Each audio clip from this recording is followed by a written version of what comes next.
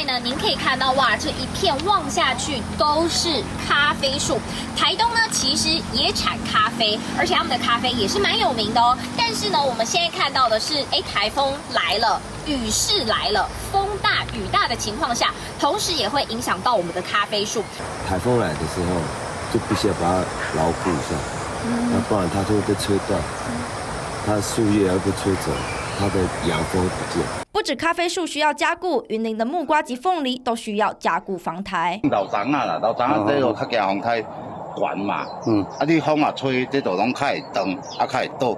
云林林内的木瓜农在园内加紧做防台准备，因为木瓜还要1个月才能采收，风雨来袭前做好防护，剩下的只能听天由命。附近凤梨田同样也把握时间防台，怕杂草堵住水道，因为若田内淹水，凤梨就会坏掉。同样怕水的还有青江菜。